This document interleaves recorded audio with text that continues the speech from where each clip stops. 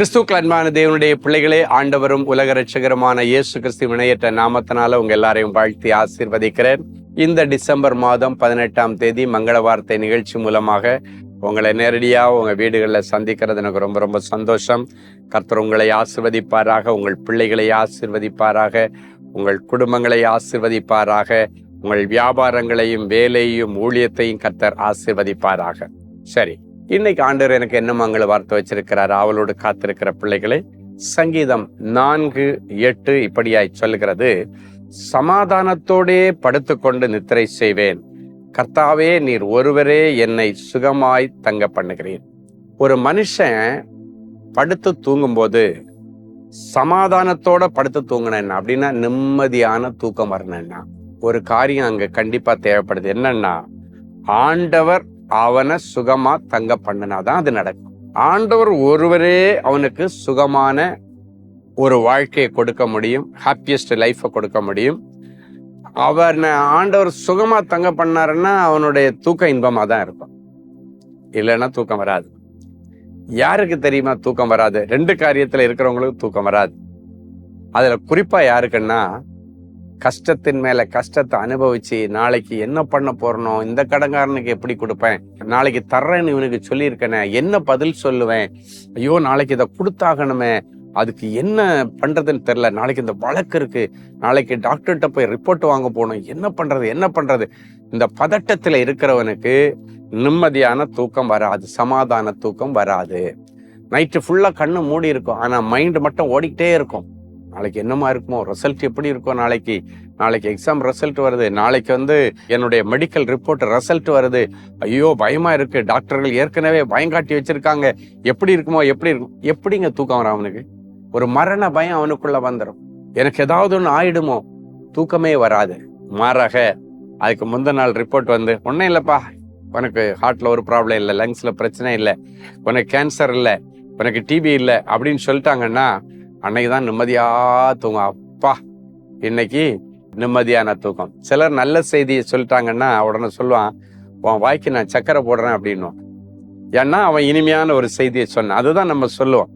இன்னைக்கு நிறைய பேர் ஏசப்பாவுடைய வாய்க்கு சக்கரை போடுறது பதிலா ஏசப்பாவுக்கு 100 ஸ்தோத்திர பலி பண்ணுங்க. அதுதான் ஏசப்பாவுக்கு சக்கரை போடுறதோட அவருக்கு ரொம்ப பிடிக்கும்.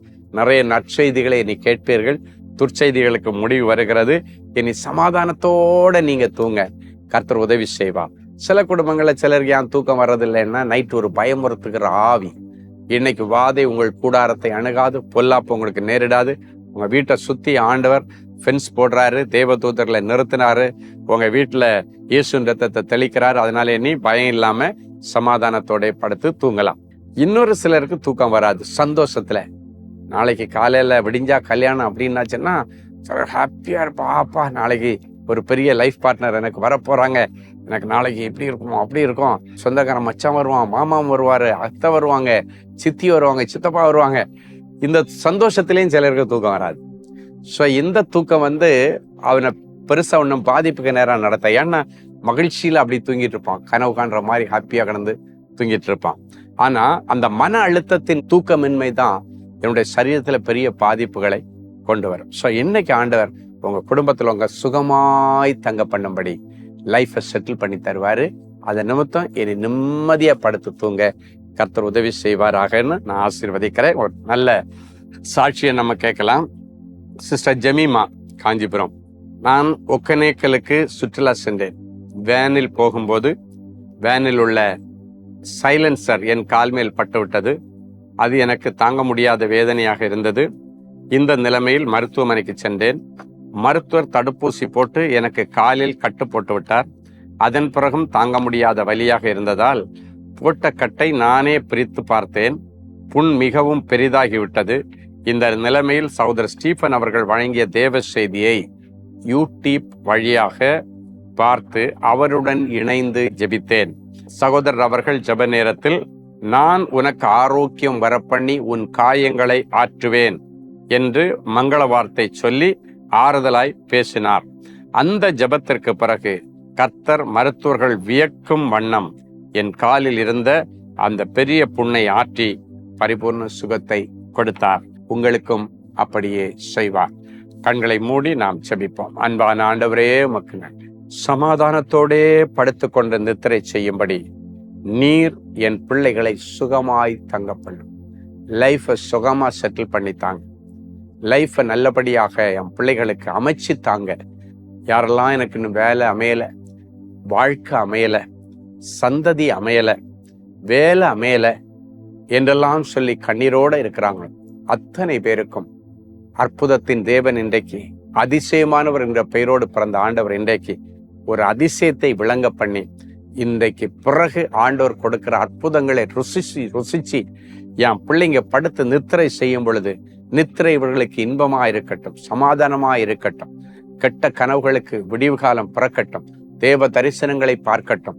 ரொம்ப நாளா என்னால தூங்க முடியல, தூக்க மாத்திரை எடுத்தாலும் என்னால தூங்க முடியல, இந்த வியாதியினுடைய கொடூரம் என்ன தூங்க விடல, மரண பயம் என்ன தூங்க விடல என்றெல்லாம் சொல்லி அழுது கொண்டிருக்கிற பிள்ளைகளுக்கு இன்றைக்கு கர்த்தர் அவர்களை சுகமாய் தங்க பண்ணி நிம்மதியான தூக்கத்தை கொடுத்து ஒவ்வொரு நாளும் துதியின் சத்தத்தோடு எழும்பி ஆண்டவரை ஆராதிக்க உதவி செய்யும்.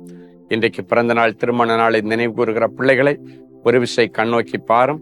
ஜீவ கிரீடத்தை உனக்கு தருவேன் என்கிற மங்கள வார்த்தையின்படி இவர்களை ஆசீர்வதிக்கிறேன்.